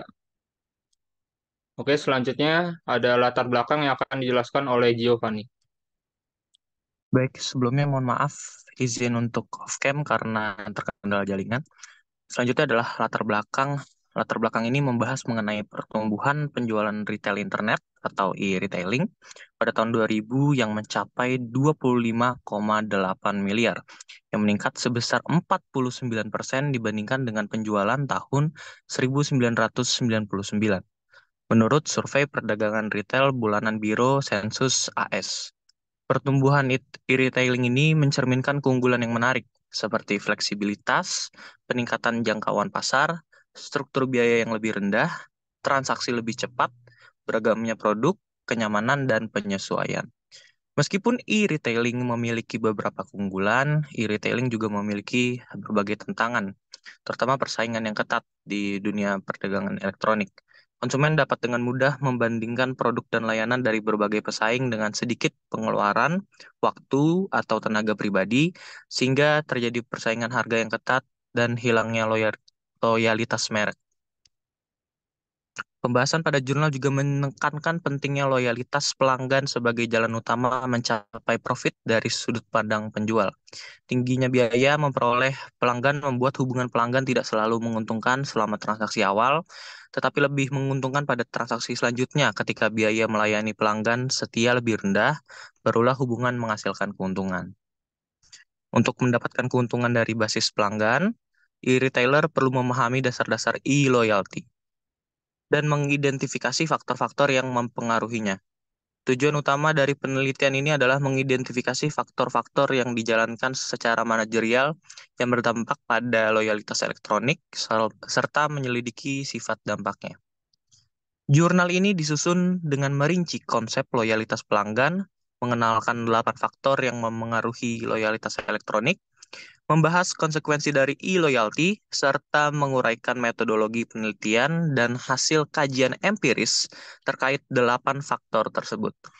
Jurnal ini kemudian menyimpulkan dengan mencatat implikasi manajerial dan potensi penelitian yang dapat dilakukan berdasarkan temuan penelitian ini. Selanjutnya dijelaskan oleh teman saya. Oke, selanjutnya ada rumusan masalah. Yang pertama, apa faktor-faktor yang mempengaruhi pembentukan loyalitas pelanggan dalam konteks e-commerce? Yang kedua, bagaimana pengalaman pelanggan di platform e-commerce dapat mempengaruhi tingkat loyalitas mereka? Yang ketiga, apa dampak kepuasan pelanggan terhadap layanan e-commerce terhadap tingkat loyalitas mereka? Yang keempat, apa dampak loyalitas pelanggan terhadap keberlanjutan dan pertumbuhan bisnis dalam industri e-commerce? Yang terakhir, bagaimana faktor teknologi dan inovasi dalam platform e-commerce mempengaruhi tingkat loyalitas pelanggan? Selanjutnya ada tujuan penelitian yang dijelaskan oleh teman saya. Tujuan utama dari penelitian ini adalah yang pertama, untuk mengidentifikasi faktor-faktor yang dapat ditindaklanjuti secara manajerial yang berdampak pada e-loyalitas dan menyelidiki sifat dampaknya.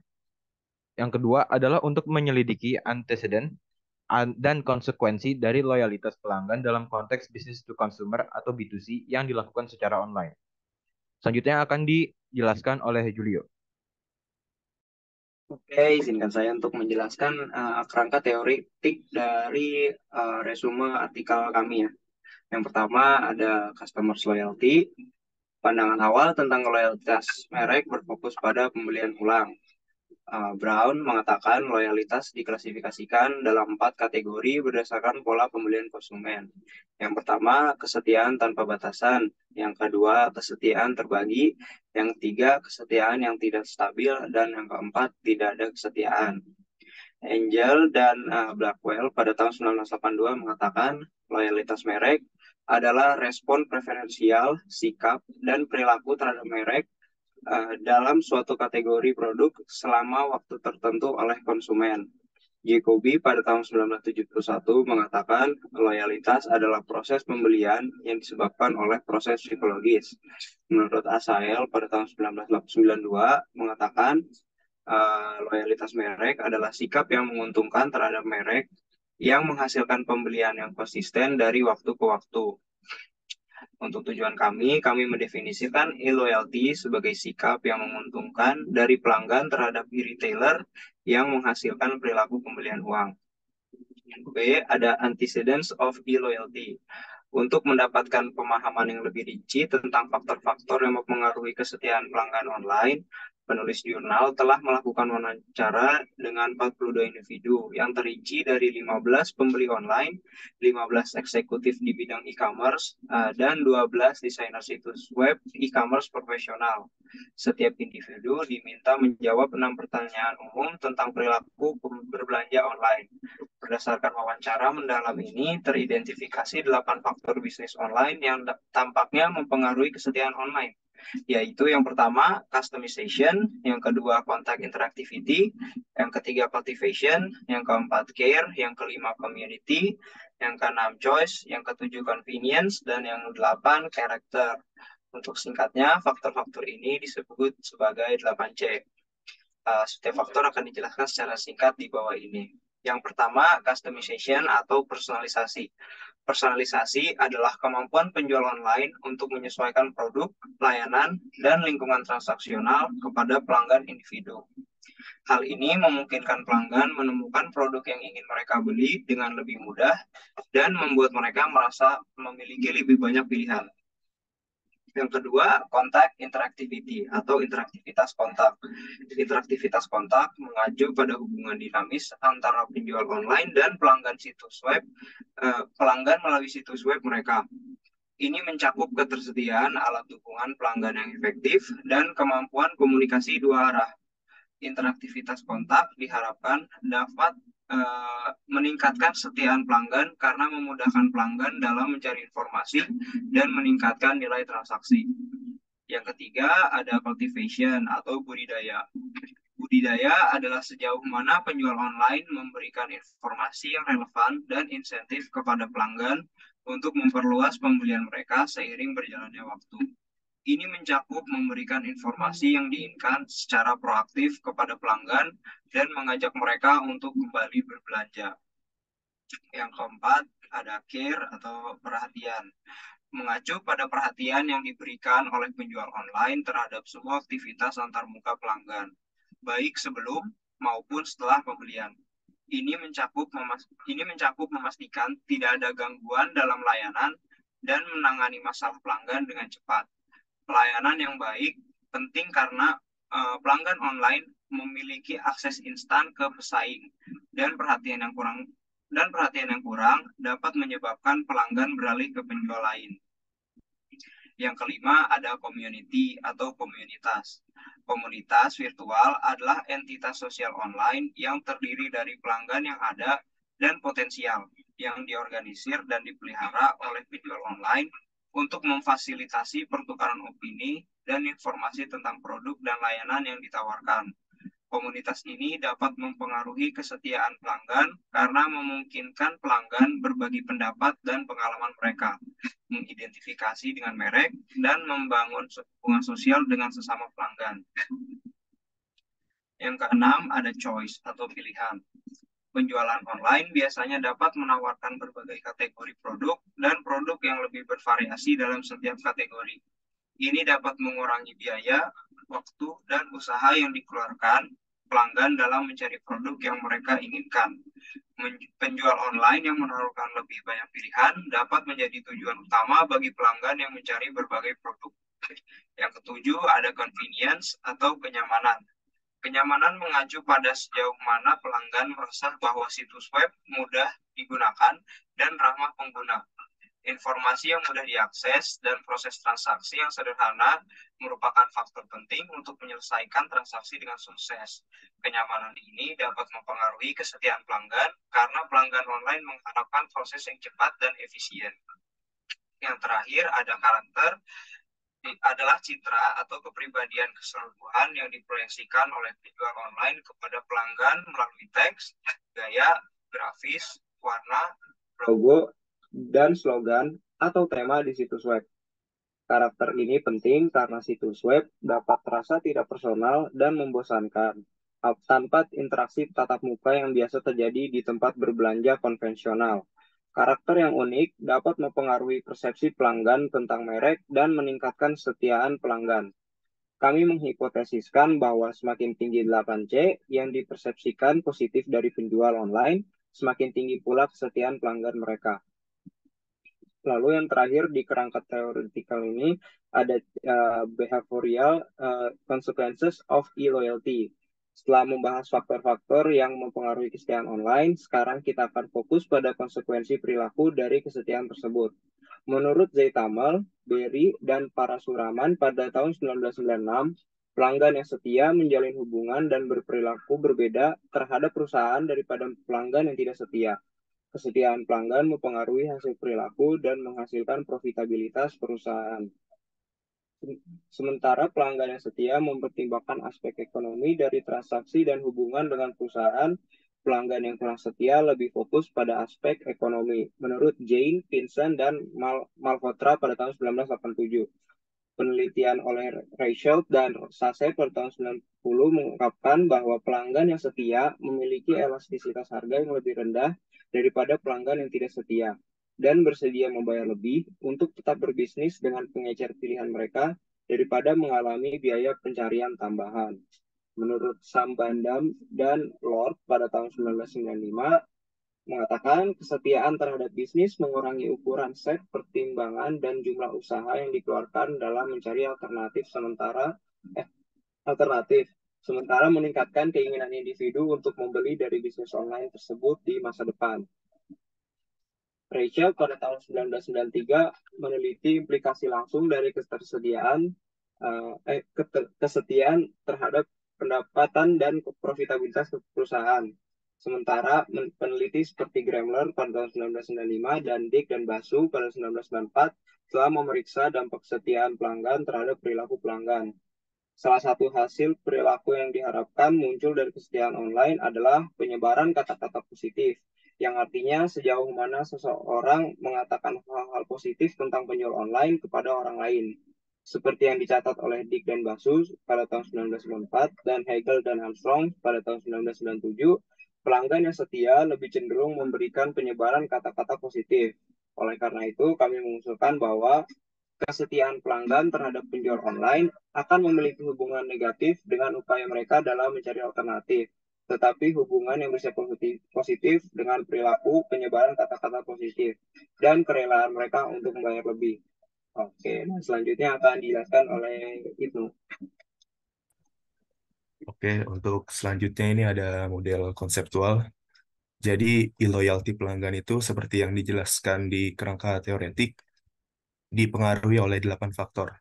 Yang pertama ada customization atau personalisasi, contact, contact interactivity, cultivation, care atau perhatian, community atau komunitas, choice, convenience atau kemudahan, dan karakter. Yang untuk selanjutnya akan dijelaskan oleh rekan saya. Selanjutnya ada sampel, boleh di-scroll. Ini adalah contoh sampel yang dihasilkan oleh jurnal ini. Lalu ada metode penelitian. Jurnal ini menggunakan metode penelitian kuantitatif dengan menggunakan undangan email yang berisi tautan URL yang disematkan ke situs web yang menyelenggarakan survei, yang dikirim ke setiap 5.000 responden potensial yang menginformasikan bahwa mereka akan secara otomatis diikutsertakan ke dalam pengundian untuk mendapatkan hadiah sebesar $500. Kampanye email ini menghasilkan 1.211 respon yang dapat digunakan, mewakili tingkat respon keseluruhan sebesar 24%.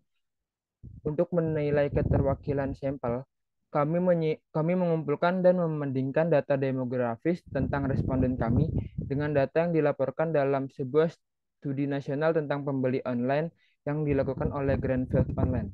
Selanjutnya akan dijelaskan oleh teman saya. Baik, selanjutnya ada penemuan penelitian. Temuan penelitian pada penelitian ini mengungkapkan faktor-faktor penting yang mempengaruhi loyalty dalam penelitian ini. Yang pertama yaitu interaktivitas kontak. Ini mengacu pada tingkat ketersediaan dan efektivitas alat dukungan pelanggan di situs web, seperti menyajikan informasi atau penawaran produk yang disesuaikan dengan preferensi pelanggan. Lalu ada kustomisasi. Di sini retailer harus berusaha untuk memberikan pengalaman berbelanja yang disesuaikan dengan preferensi pelanggan. Misalnya, memberikan diskon kepada pelanggan yang sering berbelanja atau yang telah melakukan pembelian tertentu sebelumnya. Lalu ada cultivation atau budaya. Di sini bertujuan untuk meningkatkan loyalty dengan memastikan bahwa pelanggan merasa dihargai dan terdorong untuk berinteraksi dan berbelanja secara berulang, seperti menyebut nama pelanggan dalam komunikasi atau menampilkan produk yang sesuai dengan sejarah belanja mereka. Lalu ada kepedulian, di sini harus menunjukkan perhatian dan peduli terhadap kebutuhan dan masalah pelanggan. Misalnya ketika pelanggan menghadapi masalah atau memiliki pertanyaan, mendapat respon yang cepat dan efektif dari perusahaan. Lalu ada faktor pilihan dan kenyamanan. Faktor pilihan dan kenyamanan menyediakan berbagai pilihan produk dan menjaga proses berbelanja yang mudah dan nyaman, seperti menyediakan informasi produk yang lengkap, termasuk deskripsi produk yang rinci, ulasan peluang pelanggan, dan gambar yang baik, membantu pelanggan membuat keputusan yang lebih baik. Lalu ada faktor karakter, di sini merujuk pada bagaimana karakter atau budaya perusahaan tercermin dalam interaksi dengan pelanggan dan dalam keseluruhan pengalaman pelanggan, misalnya memegang prinsip integritas dan kejujuran dalam interaksi dengan pelanggan, membangun kepercayaan yang kuat. Lalu yang terakhir ada faktor komunitas. Di sini komunitas membangun dan memelihara komunitas pelanggan aktif dapat meningkatkan keterlibatan pelanggan melalui forum atau grup diskusi atau platform komunitas lainnya.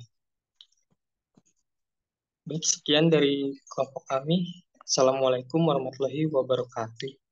Waalaikumsalam warahmatullahi wabarakatuh. Terima kasih Justin dan kawan-kawan yang sudah mempresentasikan dari kelompok 7. Saya boleh di-share artikel jurnalnya.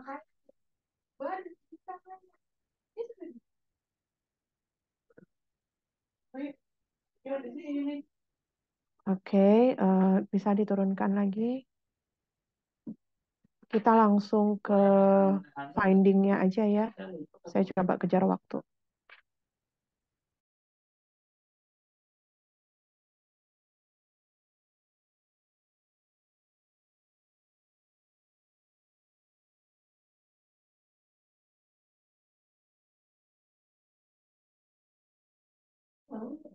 Oke, langsung di findingnya tadi saya kritisi sedikit ya teman-teman ketika bicara tentang sampling. Samplingnya tuh malah yang dikasih tahu nilai Cronbach alpha sebenarnya bukan itu samplingnya. Jadi nanti teman-teman lihat itu ya di bagian metodologi samplingnya itu sampel itu kan penarikan data dari total populasi yang ada gitu ya. Jadi kalau di sini surveinya dikirimkan ke 5.000 potensial responden. Nah, nanti dari 5.000 ini berapa yang misalkan membalas atau menjawab kuesionernya. Maka itu adalah sampelnya. Kemudian teknik samplingnya seperti apa, itu dijelaskan. Coba diturunkan lagi. Jadi dari 5.000 tadi 1.211 ya yang usable responses-nya gitu. Nah, itu adalah jumlah sampelnya gitu. Dia mengirimkan 5.000 gitu ya, 5.000 dikirim semuanya ke surveinya, tapi yang usable responses-nya itu cuma 1.211. Jadi saya kritisi ya untuk samplingnya kalian masih salah tadi gitu. Kemudian lanjut lagi.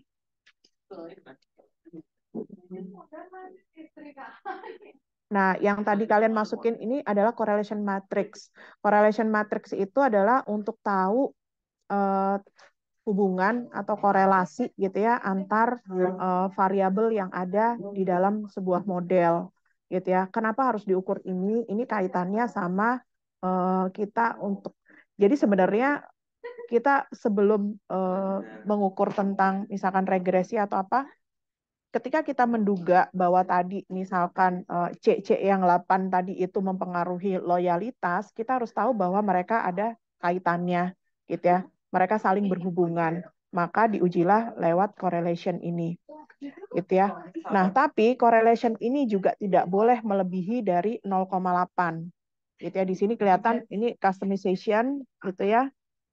Ini ada nggak boleh dari 0,8. Ketika antara C yang satu dengan C yang lainnya nilai korelasinya di atas 0,8, maka sebenarnya dia ada kemiripan sifat atau kemiripan karakteristik sehingga nggak bisa dipecah jadi C yang berbeda gitu ya. Kalau misalkan nilainya sangat tinggi gitu.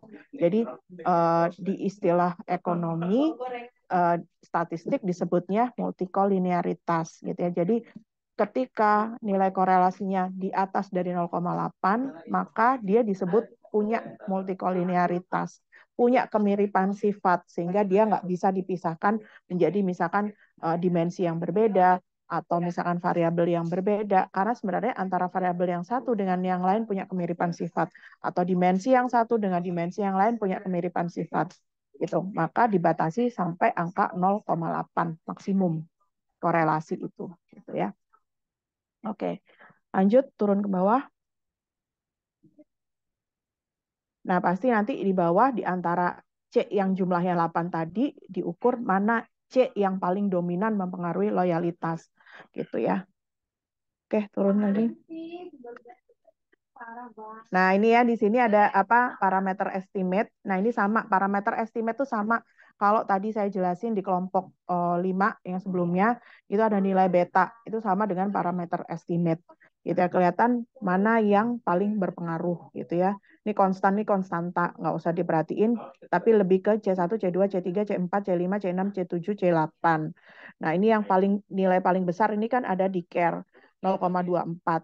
Maka 0,2 karakter 0,42 ini adalah faktor yang mempengaruhi loyalitas dibandingkan C yang lainnya gitu. Gitu ya kurang lebih yang bisa saya sampaikan ke teman-teman. Mohon maaf saya agak buru-buru gitu ya. Karena saya ada rapat jam 8 gitu. Oke, itu saja. Terima kasih kelompok 7 atas presentasinya. Jika misalkan ada perbaikan atau kritik dari saya, silakan diperbaiki. Saya tunggu untuk kalian mengumpulkan semuanya. Saat ini kita ada di pertemuan ke-7 ya, Mel ya? Iya, Bu, pertemuan ke-7. Oke, berarti mohon untuk kalian persiapkan semua materi dari awal sampai terakhir. Insya Allah minggu depan kita akan UTS. Untuk sistem UTS-nya gimana ya, Bu? Nanti UTS-nya online, nanti saya kasih tahu pas hari H-nya ya. Oke, Bu. Baik. Iya, jadi soalnya saya share, terus habis itu nanti kalian ngerjain, saya kasih waktu kumpulin online. Seperti itu aja. Oke, gitu aja. Terima kasih teman-teman atas partisipasinya hari ini. Silakan dipelajari lagi materi sebelumnya. Dan untuk teman-teman, pastikan kalian bisa membaca artikel dengan baik, gitu ya, membaca data dengan baik yang ada di artikel, karena kemungkinan UTS saya adalah review artikel, gitu ya. Jadi soalnya terkait tentang review artikel, kayak gitu. Pilihan ganda atau esai? Esai, review artikel. Jadi nanti artikelnya saya share, kalian review artikel, habis itu nanti ngumpulin, kayak gitu ya. Tapi tetap online kita. Baik, Bu. Oke, terima kasih. Saya tutup pertemuan hari ini. Selamat pagi. Assalamualaikum warahmatullahi wabarakatuh. Waalaikumsalam warahmatullahi wabarakatuh. Iya, saya, oke, saya end meeting ya.